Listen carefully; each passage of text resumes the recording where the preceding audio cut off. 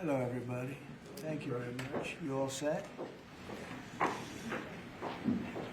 Well, we're talking about cafe standards, a very big deal, very important today. My administration has taken historic action to lower costs for American consumers, protect American auto jobs, and make buying a car much more affordable for countless American families and also safer. We're officially terminating Joe Biden's ridiculously burdensome, horrible, actually, cafe standards that imposed expensive restrictions and all sorts of problems, gave all sorts of problems to automakers. And we're not only talking about here, we're talking about outside of our country, because nobody could do it. Nobody wanted to do it, and it was ridiculous, very expensive. It put tremendous upward pressure on car prices.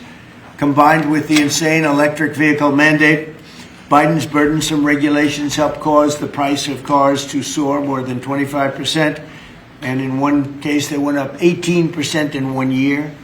Today, we're taking one more step to kill the Green New Scam. It's part of the greatest scam, probably, well, other than Russia, and a few others I could name. The greatest scam in American history, the Green New Scam. And it's a quest to end the gasoline-powered car. This is what they wanted to do, even though we have more gasoline than any other country by far.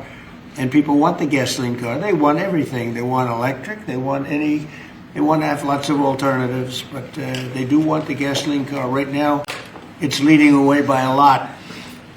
The car business is a very interesting business, but we want to keep it that way. I want to thank Transportation Secretary Sean Duffy, Deputy Transportation Secretary Stephen Bradbury, as well as CEO of Ford, Jim Farley. Jim, where is Jim? Let's see.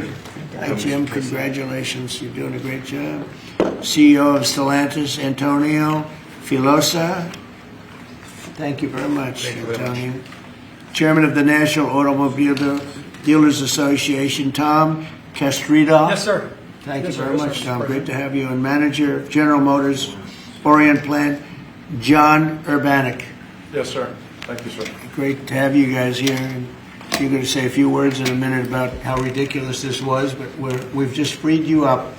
So you're going to have a good day. You're going to have a good number of years. Thanks as well to Senators Shelley Moore Capito, Ted Cruz, Kevin Cramer, Marsha Blackburn, Eric Schmidt, and Bernie Marino, as well as Representatives Sam Graves, Vern Buchanan, Mike Kelly, Roger Williams, Lisa McClain, and Troy Balderson. All great people. These are great people. And I know there's a lot of support long beyond the people that are here. We had tremendous support on this.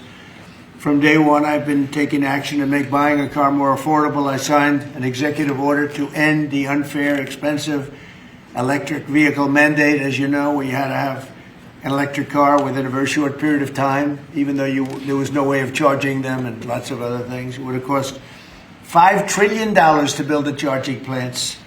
And as you know, in certain parts of the Midwest, they spent, to build 9 chargers, they spent $8 billion. So that wasn't working out too well. That was done before me, by the way. I wouldn't have let it go forward. We're canceling the EPA's absurd tailpipe emission standards, one of the most important things that I've never had a group of people come to me more powerfully and really just devastated that they had to do it. It was killing them than the automobile manufacturers, the tailpipe emission standards.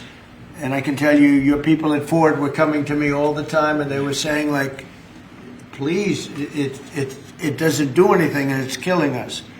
And it's driving the cost through the roof. And we revoked Biden's emissions waiver for California so that California communists could not regulate the automobile industry and ruin the entire nation of automobiles. And they were doing that, too. But we have that now under control also with your governor, who's got much more than he can control. Now, under the new rules being issued today by Secretary Duffy, the Department of Transportation will rescind the Biden fuel economy prices. And I hate to say that because they were really not economy. They were really, they were anti-economy. They were horrible what they were doing to the costs and actually making the car much worse. But these policies forced automakers to build cars using expensive technologies that drove up costs, drove up prices, and made the car much worse. The action is expected to save the typical consumer at least $1,000 off the price of a new car, and we think substantially more than that. Under the Trump administration, $70 billion are now being invested in the American auto industry. Ford has announced it will invest $5 billion across its Kentucky and Michigan plants. Is that a correct statement? That's right. That's a lot, $5 billion. You could do more. Creating at least 4,000 new jobs. Stellantis announced that it will invest $13 billion to expand its U.S.-based manufacturing by more than 50% and open new manufacturing facilities across the country. And I think a big part of that is also the tariffs. Because of tariffs, they're coming in. Not only the automobile industry, AI, we're leading China in AI, we're leading everybody in AI, we're leading everybody in everything. We have the hottest country right now. I will tell you, a lot of political people behind me, great political people, very successful political people. We have the hottest country anywhere in the world.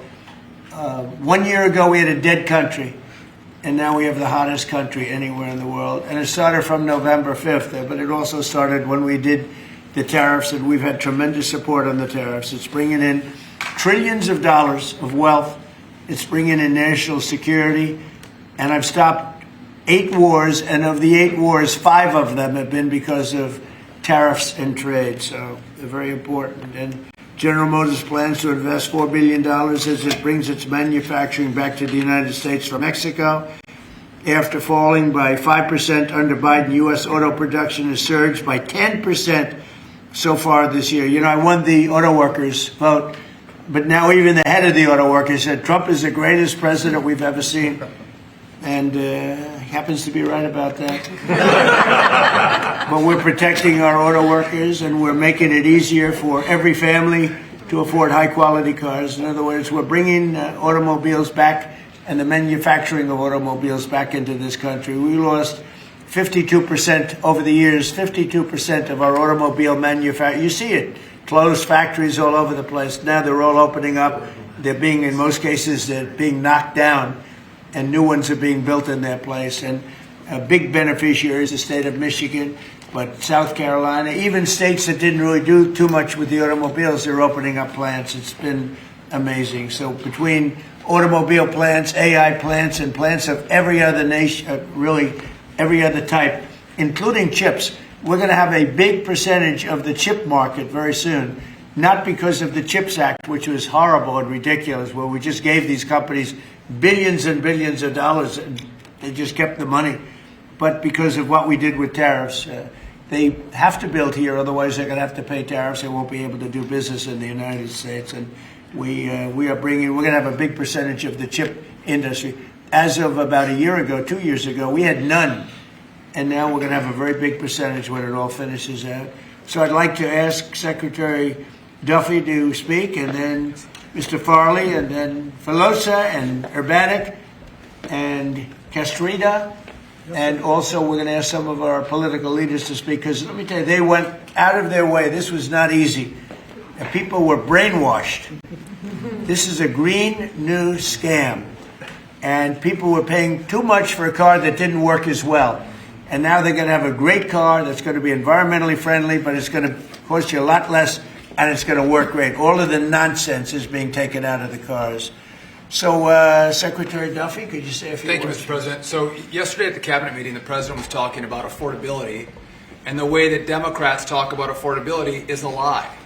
Today is a perfect example of that. So these CAFE standards used what was contrary to the law. The Congress set a rule that says you have to look at combustion engines. Biden and Buttigieg actually did an analysis using Edge. I'm sorry. Buttigieg used EVs and hybrids to come up with a 62 mile an hour per gallon standard, which I think the car companies will tell you is completely unattainable. So they spent a lot of money on technology trying to meet the unattainable standard, driving up the cost of a car, number one.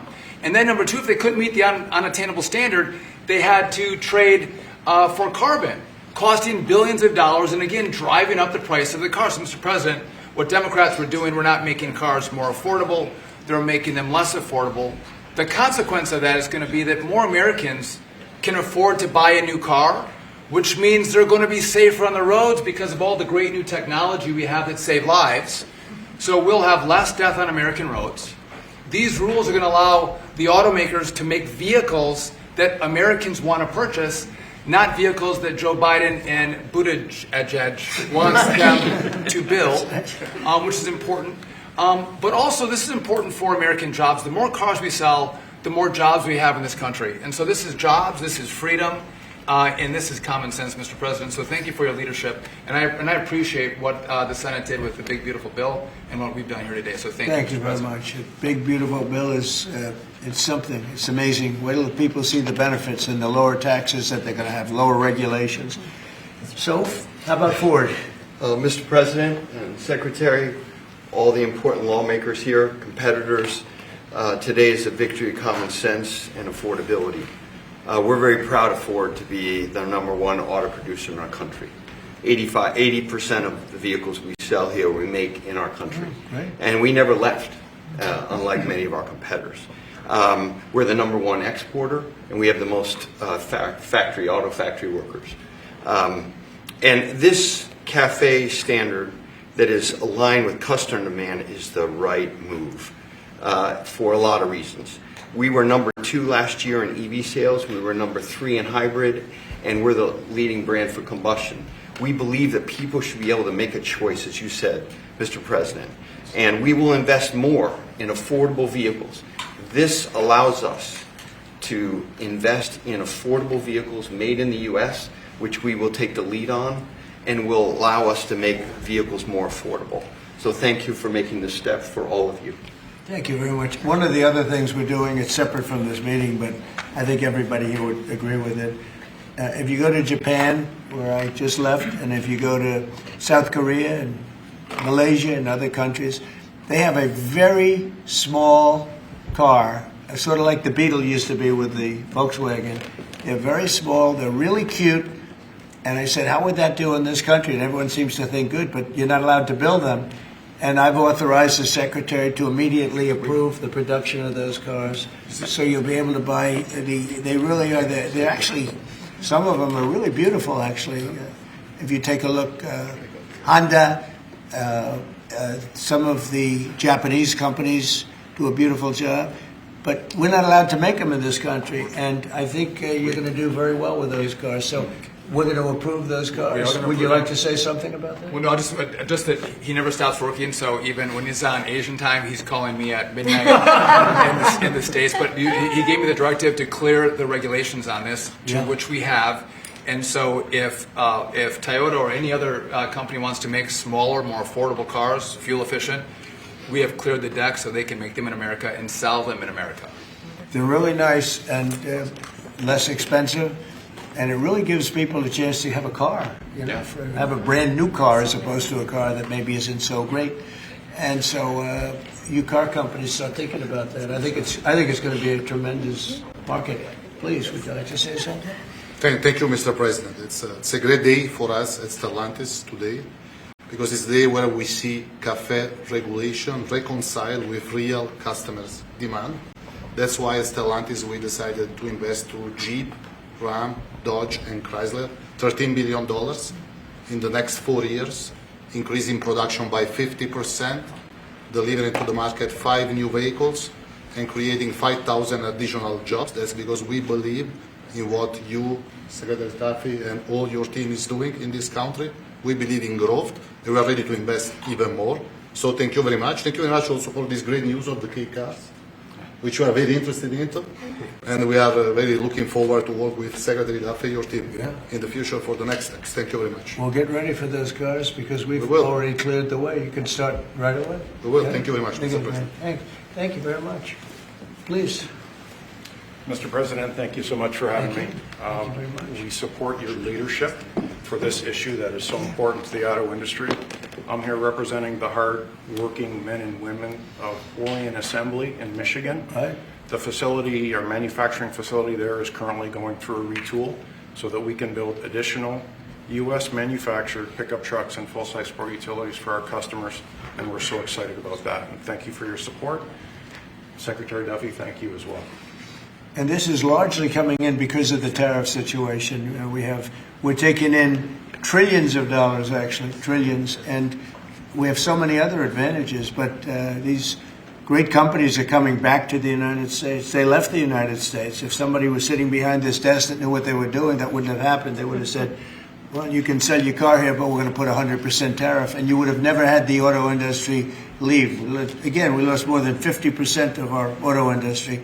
And now it's all coming back. And I think it's coming back. Ultimately, it's going to be bigger. I believe it's going to be bigger than it was before, actually. But it's an honor to have you here. And please, would you like to say something? President, Thank you very much. Tom Castriota, sir. I'm the chairman of National Automobile Dealers that represent 18,000 dealers in the country, along with 3,000 heavy-duty truck dealers. And what the actions that you've done as the president and your administration is definitely going to save our customers money. And you made your promises that let the consumer buy what they want, sir, and you delivered on that. And the other thing that you delivered was your promise in the big, beautiful bill, the tax deduction on loans that had gone away some years back. Right. And now that makes it affordable for our buyers that can save money through that loan of the tax, anywhere from several hundred to several thousand. So again, sir, on behalf of all the dealers and our customers, we appreciate what you and your administration have done, and of course our legislative support as well, Mr. President. Thank you. That's very nice. And I'm glad you brought that up. We're allowing people to deduct. So if you go out and buy a car, and this is for middle income, but for lower income, no matter what, they never really had deductions. You know, rich people like deductions, but middle income people would never really afford deductions, which is very unfair. You borrow money to buy a car, you're allowed to deduct the interest from your income tax. And I think that's going to be one of the most, in terms of your industry, I think it's going to be the biggest thing that we're talking about, maybe even bigger than cafe standards. People are going to be able to borrow money, deduct it, so it's going to cost them essentially half. And It'll help, yes, sir. I think it's going to be a tremendous factory. They've never had a chance to do that before. And that's all done. That's all in the great, big, beautiful bill. So it's really terrific. I'd like to ask a couple of our political leaders to say, because you guys have done an amazing job. This was something that was going to be very tough.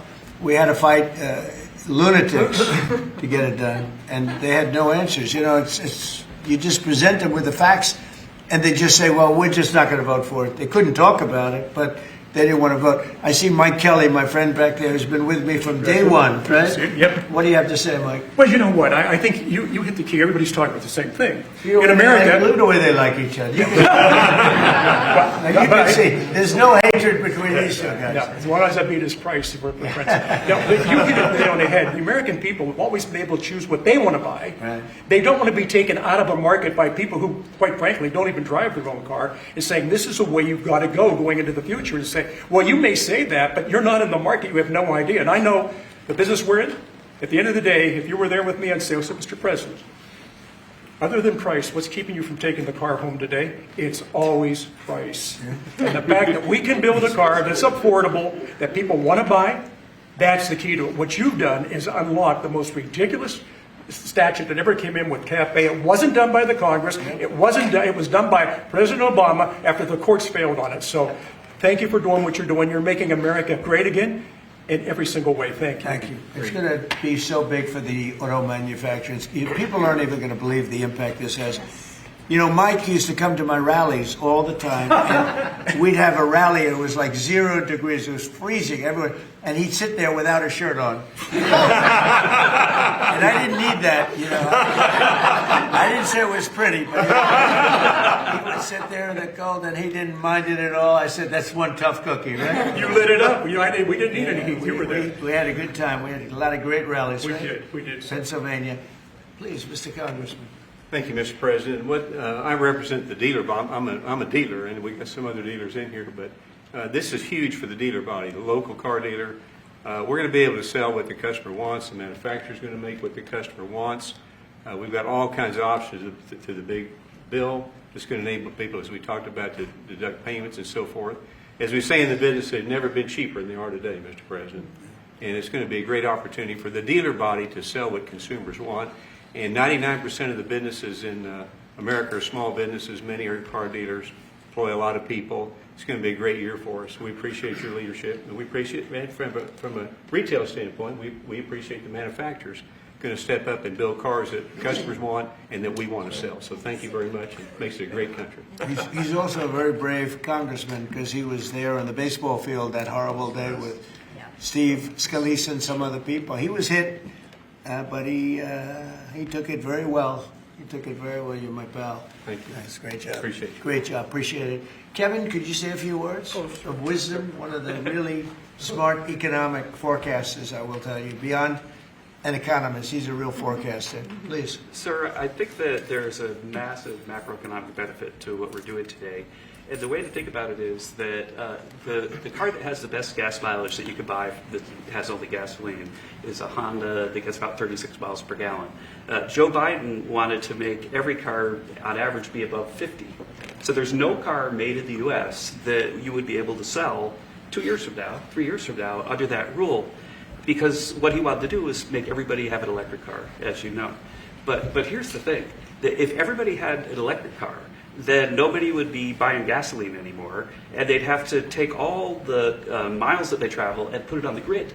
And so we would have to increase the production of electricity in the U.S. by 25% over the next couple of years if they had their way.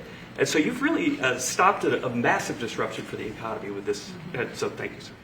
And that wasn't the main reason, and yet it certainly is a main reason. You wouldn't have been able to do it even if you wanted it. It's just so crazy. That was the mandate, which we ended.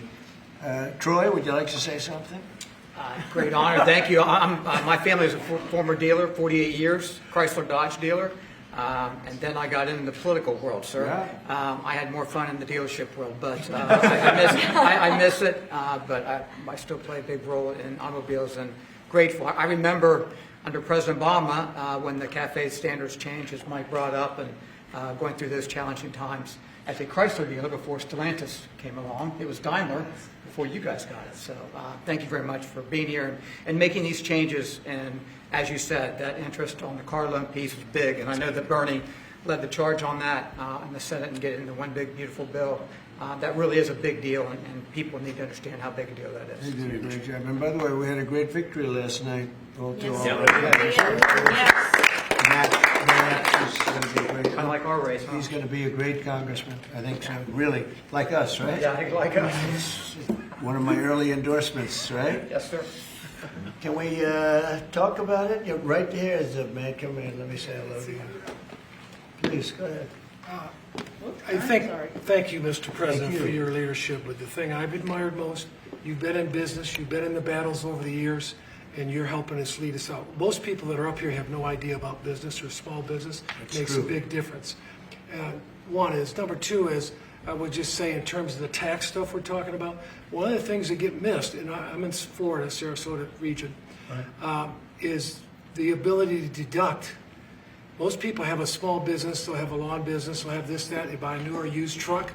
They can take that deduction, let's say they're in a 20% tax bracket, but the vehicle's 60 grand, they can take 20% of the 60 grand, get a $12,000 write-off. They can pay their payments for the first year. That's a powerful tool we don't talk about, I don't know why, but at the end of the day, because of what you've put in place, full expensing, that's the tool that it would use.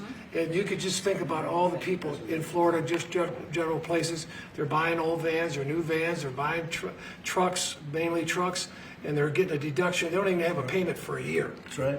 So it's one of the best things for One Florida. of the biggest everybody things else. in the expensing. Expensing is a powerful tool. They can write the whole asset off the first year, take that deduction, put $12,000 in their pocket on a $20,000. Well, let me mention one other thing. They got into the e-vehicles, electric cars.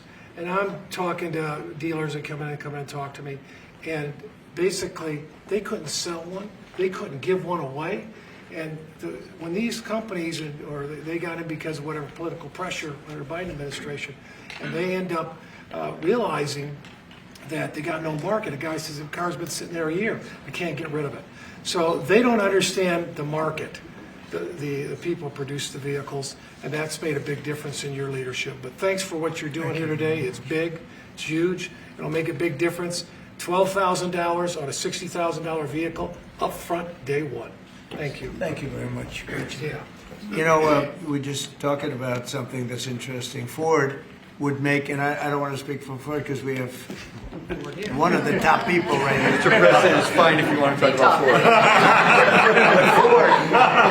Ford. Ford would make numerous electric cars in order to sell one Ford 150. Yes. Because they'd make all their money with the 150. Yes. And they were willing to lose money on building 2 or 3 electric cars that they couldn't sell in order to make some money on the 150, because the 150 is a monster. I'll tell you what, that no matter where you go, they love that Ford 150. Yes. But isn't it a ridiculous model when you have to build 2 or 3 cars that you know you're not going to be selling or not be selling for much in order to really do something that you should have the right to do, which is make a car that you want to make. Yes. And that the market wants, right? So congratulations on the 150. Thank you. Best-selling vehicle in the United States. Just saying. Look at that. Now it's 100% built in the United States. Now it's only going to do no, but it really is. It's amazing. It's an amazing brand. There was a lot of stupid things done here. What would you like to say? Yeah, I thank you, Mr. President and Secretary Duffy and all of us. You know, one of the last times I was here is when you signed the electric vehicle CRA, Congressional Review Act, that all of us participated in, the beginning of really making common sense, because it was going to impact 17 other states and really a large part of our economy. This is about affordability here. I'm just going to say one thing. Well, maybe I already said one thing, so now I'm going to say 2 things. When we talk about a car and auto, we sort of talk about just, oh, we need a car. Do you know what a car does for a family? You can take your children to school, you can go to the store, you can visit your mother, you can go to church, you can have a job, you have the flexibility that you need. A car for an American family is about a roadway to prosperity. Big deal. It's a big deal. And so by making them more affordable, making them more choice-driven by what families want and need, today is a great day for the American family. Absolutely. Thank you. Absolutely, and the American worker. Say. Well, thank you, Mr. President and Secretary Duffy, and to my colleagues that are here. In Tennessee, we make great automobiles, and we have a fantastic workforce. And whether you're GM or Ford, with their new investment in Tennessee, or Nissan or VW or Toyota with the engine plant, what you see is the components that are necessary to build these cars. And removing these standards and making cars more affordable does mean that more people will purchase them, but it also means we're going to have to make more cars to meet that demand, and for Tennessee, that is a great thing. So, you know, I'm just sitting here and I'm thinking, like, we have the biggest auto manufacturers in the world. They're talking about investing billions and they're investing it as we speak, but billions and billions of dollars in our country. Thank you very much. And they're here. They're not like, well, maybe we'll do it. They're doing it because of tariffs, and they're doing it because of maybe they like the president, and we're doing things like this for them, which frankly, no matter who you are, this should be done. And we're doing things like deductibility of interest. When you borrow money to buy a car, you're allowed to deduct it from your income tax. That is a massive tax cut for people. They're probably going to be trying to buy that car anyway.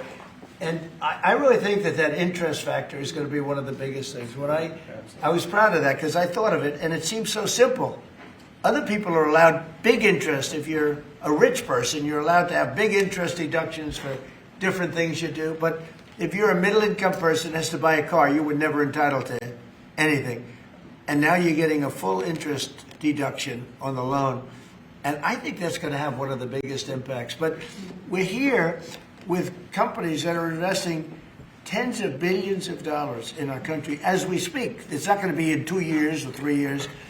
A lot of it's because of the expensing provision in the bill, in the big, beautiful bill. But a miracle is happening in our country. It's a miracle. This is just the auto industry, but we have other industries where it's the same thing. They're building all over our country, and this is a revolution is happening. It's a business revolution. It's a jobs revolution. It's a car revolution. We're bringing back the car industry that was stolen from us because we have people that didn't know what they were doing sitting at this desk. They put the wrong people in because they weren't advised properly. And this is really an incredible thing that's happening. Go ahead, Kevin. Well, thank you, Mr. President. And I think in many respects, pretty much everything that could be said has been, except that I think what Kevin talks about in terms of the cascading economic opportunity from this one single event is just the tip of the iceberg. When you think of all the rules and regulations that you have repealed, I think it's more important, frankly, than the tax cuts. However, in the Working Family Tax Cuts Act, remember we made permanent a lot of really good policy from the first Trump era, not the least of which for small businesses is bonus depreciation. The opportunity to depreciate the year that you purchase an F-150 for your small business or a large truck for your farm. I just think we're going to roll into 2026 and we're going to see an escalation of economic opportunity, the likes of which I probably have never seen. I think nobody's ever seen it, nobody in the world, because there's never been 18 or whatever it ends up being. In 10 months, we have $18 trillion being invested. We never had $1 trillion being invested. And Biden had much less than that. Think of it. He had less than $1 trillion over 4 years. We have $18 trillion in 10 months. And it's actually as of 9 months. So there's never been anything. Eric? Yeah, Mr. President, thank you. And on behalf of the people of the great state of Missouri, who we actually make things from F-15s to F-47s now, thanks to you. We'll be building the F-47 and then F-150s. And those are real jobs, and we make things in Missouri. This is going to go a long way, I think, for making things more affordable for normal people. Nothing could be more American than driving a car on the highway, and this is going to make that more accessible for more people. So thanks for your leadership. Your state's doing a great job. Yeah, well, they love you, too. It's a great place. Thank you. Please. Thank you, Mr. President. I'm going to talk to you just a minute from a rural perspective, Okay. because these CAFE standards were absolutely unworkable in rural Missouri. We need vehicles that are practical and affordable and can haul for our small businesses, for agriculture, and it just simply didn't work. Those CAFE standards didn't work. So I applaud you and Secretary Duffy for your hard work and what you're doing on behalf of rural America. Well, it was keeping a lot of manufacturers out of our country, too. They said, we're not going to, are you crazy? They thought, outside manufacturers thought we were absolutely insane with all of the different things. And just made up nonsense. It was like made up. It was really made up by people that hate our country. I really believe. Does anybody else have anything to say? I'd say about two quick things, Mr. Oh, President. no, Bernie, I didn't see. Two quick things I think are really important. So the person who sat behind this desk before you gave $7,500 in subsidies to multimillionaires who are leasing electric Rolls Royces, electric Porsches, electric Lamborghinis. We're getting $7,500 from the taxpayer. And these Democrats sit on this floor and say that Republicans are for millionaires and billionaires. We are the opposite of giving $7,500 to multi-billionaires to lease foreign electric vehicles. Number two, because of your policies, at the beginning of the year, 51% of the cars sold in America were made in America, 51%, before you got sworn in. Last month, that number was 57%. We moved it 6 points, which nobody thought would be possible in 4 years. We did it in 10 months. That's something that maybe the news should cover a little bit more. And we've driven down the price of automobiles. The car prices for consumers are down before you did. Just about everything is down. You know, this whole thing is, they use the word affordability. It's a Democrat hoax. They're the ones that drove the prices up. And all they do is say, affordability, and you're supposed to say, oh, that means they had low prices. No, we inherited the worst inflation in the history of our country. They say 48 years, but let's say that's history. I don't believe that. Biden had, because of his stupid ways and between his energy policies and his spending policies, we had the worst inflation in the history of our country. And now our prices are coming down. And they're coming down for cars, and they're coming down. I mean, did you hear yesterday when Chris Wright from Energy, the head of energy in our country, said there are now parts of our country, it's all happening, $1.99 for gasoline, a gallon. And we have it at $2.50, $2.60. It was at $5. And that's bigger than any tax cut we could give. You know, for the average family, that's considered bigger than any tax cut. So the word affordability, when they mention it, you ever watch them? It's all about, I saw the young lady that lost last night. She lost by a lot more than they thought. And we have a great new candidate in Congress, really great, Matt Van Epps. But I saw last night, she said, it's all about affordability, all about, they never talk about like the specifics. Right. Everything was through the roof. Eggs, when I took over, eggs were 4 times higher than they ever were. We got the prices down to the lowest level. Yep. I mean, amazing. But they never, you got to watch, they're great con people. It's like the Inflation Reduction Act. And after they got it approved, because everybody said inflation reduction, they admitted it had nothing to do with reducing inflation. It's a con job. I think affordability is the greatest con job. They look at you and they say, affordability. They don't say anything else. Everyone says, oh, their prices were so low. No, they had the worst inflation. We had the highest prices we ever had, and now they're all coming down, including beef is coming down. Beef was up there a little bit. Our ranchers did well, but we're going to make them do a little bit less well, perhaps. But the beef is now coming down. Coffee is now coming down. It's all coming down, and it's a beautiful thing to see. But remember this, when they use the word affordability, they just say, they never say anything else. This election's about affordability, and then they go into the next subject. It's a con job. They caused the highest prices in the history of our country, the worst inflation in the history of our country, and we're getting those prices down, and they're coming down rapidly, and you'll see those results very soon. Anybody else want to say a few words? Oh, Ted, I can't believe it. I'm easy to miss. It's very rare that I would miss it. Go ahead, Ted. Well, Mr. President, I want to congratulate you on behalf of everyone here for the leadership that you're showing. And this is a victory today for consumers. This is a victory for affordability. Your critics like to say the word affordability. Under Joe Biden and the Democrats, they put mandate after mandate after mandate on cars and trucks, and they drove the price up thousands and thousands of dollars. And with the actions you're taking today, and you put on top of that the one big beautiful bill, you know, most of the senators here on the Senate Commerce Committee, and on the Commerce Committee, we worked together to zero out the CAFE standards. We wrote that into the law that the CAFE standards went to zero. What does that mean? It means you can now, as a consumer, buy the car you want. It also means people's lives will be safer, because what these regulations did is they forced cars to be more expensive and made of plastic instead of steel. Because you had to make them lighter to comply with these standards, so you'd get in a wreck and people would die. The result of what you're doing, you're literally saving people's lives, and you're making it where families can afford to get a new car. These actions will drop the cost of cars and trucks thousands of dollars. That makes a real difference. And I'll make one final point. You know, about half the members here are car dealers. And I will say my good friend Roger Williams out in the lobby, he tried to sell me a car, which didn't surprise me, but I just want to give props to Mike Kelly. He showed he was savvier because he tried to sell you a car, and you can afford a much nicer car than I can. So well done, Mike Roger. You just went to the wrong customer. I was $100 cheaper. The thing that Ted just said, it's true. Plastic instead of steel. Think of that. And people died because of that. The plastic was plastic in an auto accident, and it broke up, and people were shattered because of that crazy deal.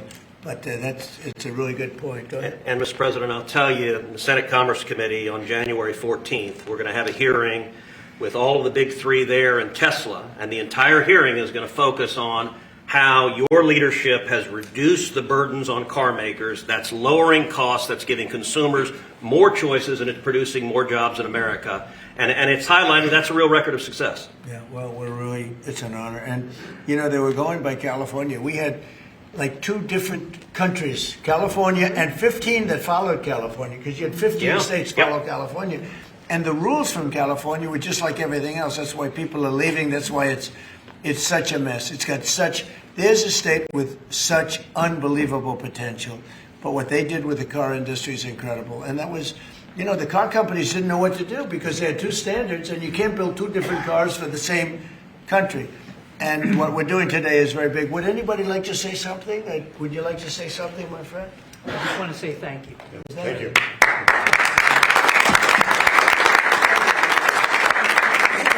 Ronnie, will you use the bus? Mr. President, thank you. And, Once again, and we love you, Brian. Oh, I love you too, Mr. Okay. President. I've always said he's a good man. Well, Go I ahead. appreciate that. I've always said you've tackled the three M's: mortgage, munchkins, and marriage. You've solidified all of those. I'll add motor vehicles to that now. My question, I got one about consumer confidence. We just came off on the record high Black Friday, up 9.1%. Record high, highest ever, biggest amount ever purchased in one day. Yep. Which I think counters this narrative of affordability, because apparently the Americans are spending money. So I want to see, how do you view that for a consumer confidence being so high going into Christmas and going into next year? And I do have one for the auto group after you. Yeah, I after just that. think that we have tremendous confidence in the country. You know, one of the things in terms of confidence, if you go back a year and a half, you know, it's amazing. We're like into 10 months already, but you go back a little bit before the election, because after November 5th, it started changing rapidly, even though we weren't running it until January 20th. But when you look back and you look at the enlistment of soldiers, people that wanted to join the military, the Army, Navy, Air Force, Marines, Coast Guard, it's like booming. It's all Space Force. But we had the worst recruitment in the history of our country. A year later, we have the greatest recruitment in the history. You can't even get in. Getting in is like getting into a top college that you couldn't get in. People want to be in the service now, and that includes the police and firemen and other things. You couldn't hire police. You couldn't hire anybody in the Army or the Navy. You couldn't get people in. And we now have gone from that to record recruitment. We're getting high quality people, amazing people, wanting to be in the military. They have spirit now. You know, call it what you want, but that's part of it. But they have great spirit now. It's a great thing. Go ahead, ask your second question. Okay, my second question, I've got a lot of close family friends in the automotive business, own dealerships all across Southern California. They sent me a question to ask you. There's a thing called a mileage blocker that is installed on vehicles. It's a type of a computer chip which alters the actual mileage driven on the vehicle, so that when you have a leased vehicle that's turned in, they're losing thousands of dollars. They've got to go chase down these manufacturers. What can we do to track down these manufacturers of this illegal computer chip that's really hurting the automotive industry? Have you heard about this? Yes, sir. They're getting built in China, and most of them are coming out of Great Britain, sir. They're being distributed through China, through distributors selling them online through Great Britain. Yes, sir. Wow, that's not so good. What do you think? Look at that.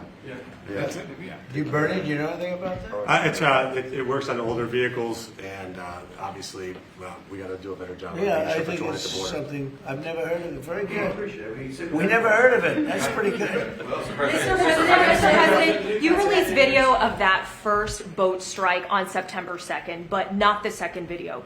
Will you release video of that strike so that the American people can see for themselves what I happened? don't know what they have, but whatever they have, we'd certainly release. No problem. You know, we stopped every boat we knock out. We save 25,000 American lives. That's right. And Thank you. if you look at our numbers, the drugs coming in through sea are down 91%.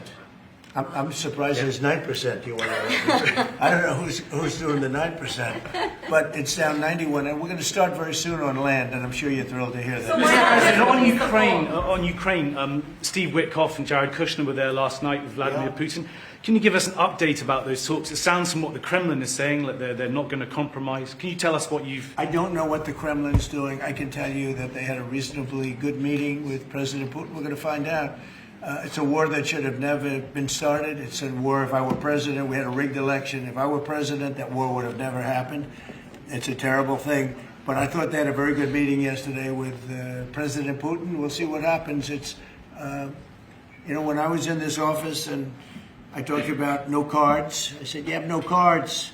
That was the time to settle. I thought that would have been a much better time to settle. But they, in their wisdom, decided not to do that. They have a lot of things against them right now. But you have President Putin had a very good meeting yesterday with Jared Kushner and with Steve Witkoff.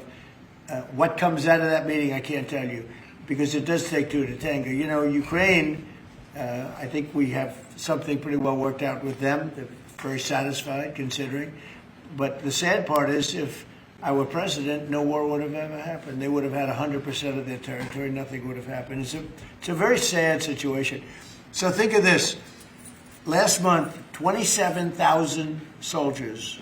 27. That's like you take a stadium, a football stadium, not an arena, and you cut it in half. 27,000 people died, mostly young soldiers, died last month, in 1 month. And that's the only reason I'm involved. You know, we're not spending any money in the war. We're selling to NATO. We're not being ripped off like we were under Biden. Biden was handing everybody everything we had, giving them all the missiles, everything they wanted, free, no charge. He had no idea what he was doing.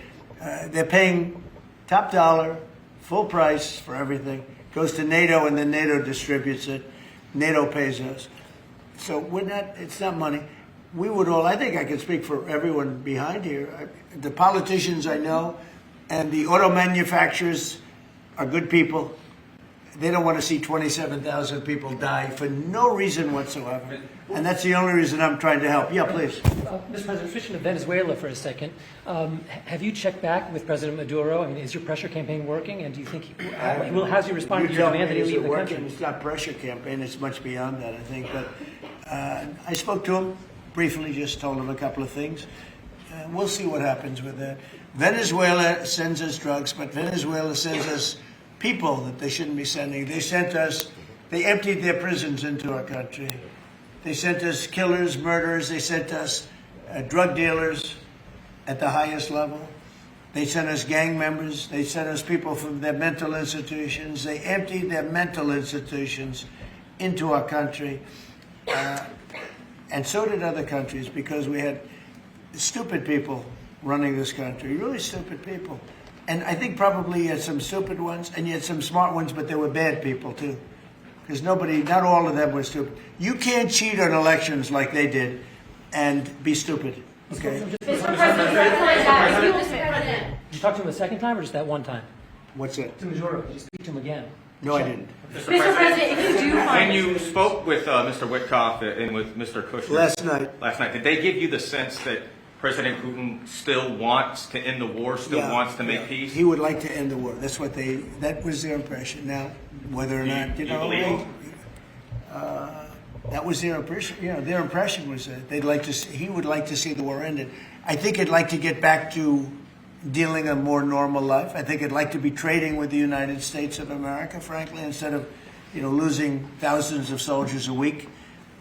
But their impression was very strongly that they'd like to make a deal. We'll see what happens. Mr. President, if a boat strikes, if it is found that survivors were actually killed while clinging on to that boat, should Secretary Hegseth, Admiral Bradley, or others be punished? I think you're going to find that this is war, that these people were killing our people by the millions, actually, if you look over a few years. I think last year we lost close to 300,000 people were killed. That's not mentioning all the families. Have you seen what happens with the families of not only the people killed, the people that are trying to get their son or their daughter off of this poison that they've been fed? I think you're going to find that there's a very receptive ear to doing exactly what they're doing, taking out those boats. And very soon we're going to start doing it on land too, because we know every route, we know every house, we know where they manufacture this crap, we know where they put it all together.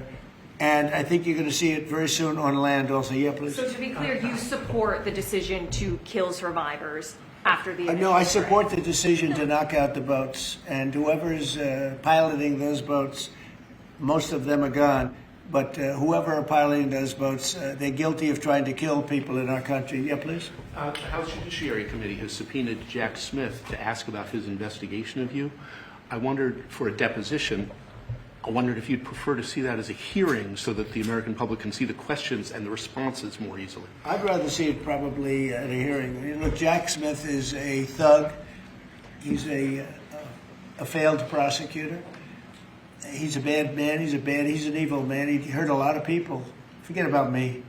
I do this stuff, but I got indicted many times by a guy that they were dismissed. He's a bad guy. He's a sick man. There's something wrong with him, actually. I think Jack Smith is a sick man. There's something really wrong with him. I'd rather see him testify publicly because there's no way he can answer the questions. But Biden knew this was going along. Kamala knew it was going along. And there's a lot of things happening right now that they don't like. One of the things is the auto pen.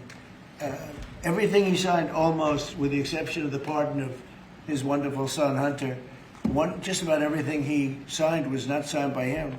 He had no knowledge of it. He didn't know what it was. People sitting around the beautiful Resolute desk knew exactly what it was. And those people are guilty, in my opinion, of a major crime. Everything that was signed by that auto pen, the man operating the auto pen, and I'm sure there are more than one because I think some of the people can operate it themselves. Some of the high-level people operate it themselves. They would just go in and sign his name with an auto pen onto very important documents, not only pardons, but policy, maybe CAFE standards, okay, as an example. Who signed CAFE? If you ask Biden what's a CAFE standard, he would have absolutely no idea. He'd say, where is the CAFE located? The guy didn't know anything. Look, that just shows you what a rigged election can be, but you understand what I'm saying. Thank you. You've had conversations with Jensen. Right, so... Smart man. In your conversations with him, have you kind of given a sense of where you are with export controls and the types of chips that NVIDIA can give to China? Sure, he knows very well. He's done an amazing job. NVIDIA, very good. Yeah. Mr. President, when do you expect for phase 2 of the Gaza peace plan to be implemented? And Well, it's going along well. You know, they had a problem today, I understand, with a bomb that went off and hurt some people pretty badly, probably killed some people. They're telling me it just happened. But it's going on very... We have peace in the Middle East. People don't realize it. We have tremendous support. 59 countries. There's tremendous support. But phase 2 is moving along, yeah. It's going to happen pretty soon. Mr. President, did you speak with House Republican leadership about your decision to pardon Congressman Henry Cuellar? And are you concerned that you made a vulnerable Democrat perhaps less vulnerable with that decision? It didn't matter. He's a respected person. He was treated very badly because he said that people should not be allowed to pour into our country. And he was right. He didn't like open borders. He was on the border. You know, he represents a very respected man. He represents the people on the border, and he saw what was happening. And as soon as he made that statement, I then said, I'll bet he gets indicted. And that's what happened. You know, I put out my truth from that. Well, I did a truth. Wonderful truth. We love truth. But what happened is he got indicted for speaking the truth. And his wife got indicted, Imelda. And that's sort of a first. Usually they leave the wives alone, right? Don't they, Congressman? Typically they indict somebody, put him in jail for the rest of his life, but the wife could just sit home and cry, or she'll find a new man. You know? A lot of times they find a new man, it makes them much happier. In fact, a lot of times they like that man better than the one that's in jail. Mr. President, thank you. The mayor of Minneapolis, Jacob Frey, is saying that he's actually proud to have the largest Somali community in the country, and his police chief. Well, then he's a fool. Well, his police chief is also saying I wouldn't be proud to have the largest Somalian. Look at their nation. Look how bad their nation is. It's not even a nation. It's just people walking around killing each other. Look, these Somalians have taken billions of dollars out of our country. They've taken billions and billions of dollars. They have a representative, Ilhan Omar, who they say married her brother. It's a fraud. She tries to deny it now, but you can't really deny it because, you know, it just happened. She shouldn't be allowed to be a congresswoman, and I'm sure people are looking at that. And she should be thrown the hell out of our country. And most of those people, they have destroyed Minnesota, okay? Minnesota, you have an incompetent governor. You have a crooked governor. He's crooked as hell, but he's incompetent. Waltz he should be ashamed. That beautiful land, that beautiful state, it's a hellhole right now. And the Somalians should be out of here. They've destroyed our country. And all they do is complain, complain, complain. You have her. She's always talking about the Constitution provides me with... go back to your own country and figure out your Constitution. all she does is complain about this country. And without this country, she would not be in very good shape. She probably wouldn't be alive right now. So Somalia is considered by many to be the worst country on earth. I don't know. I haven't been there. I won't be there anytime soon, I hope. But what the Somalian people have done to Minnesota is not even believable. It's not even believable. And a lot of it starts with the governor. A lot of it starts with Barack Hussein Obama, because that's when people started coming in. And you have to have people come in that are going to love our country, cherish our country. They want to kiss our country goodnight. They talk about our country. We want them to pray for our country. This is not the people living in Minnesota. And she's a disaster. She should not be, and her friends shouldn't be allowed. Frankly, they shouldn't even be allowed to be congresspeople, okay? They shouldn't even be allowed to be congresspeople, because they don't represent the interests of our country. Anybody else? The automakers spent billions on meeting the Biden EV rules. Should they be able to recoup that somehow, given the change? And there's a question about the bill. No. I'm not letting them recoup. They're going to do just fine. You know how they recoup? From this point forward, they'll do very well. Can you also talk about the USMCA and what you're thinking about renegotiating that with the automakers? Well, that's just an ongoing thing. It expires in about a year, and we'll either let it expire or we'll maybe work out another deal with Mexico and Canada. But look, Mexico and Canada have taken advantage of the United States, like just about every other country, in all fairness. It's not them. I'm not blaming them. But every country, because we had stupid people running our country. We had a lot of stupid people running. That's why we have $38 trillion in debt. But the beautiful thing about the tariffs is we'll start paying off that debt. The money coming in, they're finding money in our country now that they never knew existed. The other day, $30 billion. Where did it come from? I said, why don't you check the tariff show? They said, sir, that tariff hasn't started yet. It doesn't start till January. I said, no, it started 2 months ago. They called back, sir, you're right. It was from tariffs.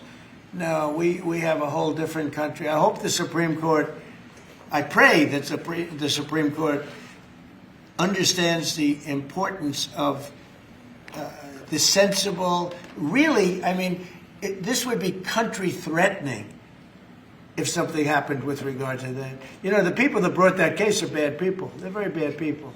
They hate our country. They represent foreign countries, including China.